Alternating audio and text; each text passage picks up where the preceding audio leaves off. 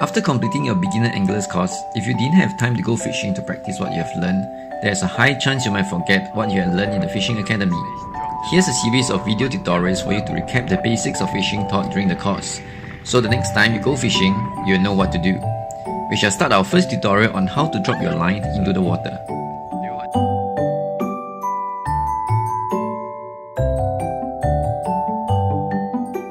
Okay, now that you're ready to start fishing, right? First thing you do, reel in to make sure the roller bearing is at the closest point to the rod. Step 2, you take your index finger, catch the line and trap it against the rod. Step 3, open the bail arm, and then you will release your index finger later when you drop the line. So now, I'm ready to fish, and then when I'm ready to drop the line, I will release my index finger.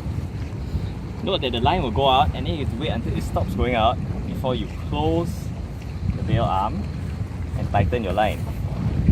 After you tighten your line, you want to make sure that your sinker is touching the seabed, and to do that, you have to bounce the sinker on the seabed like that, and then you're ready to wait for fish.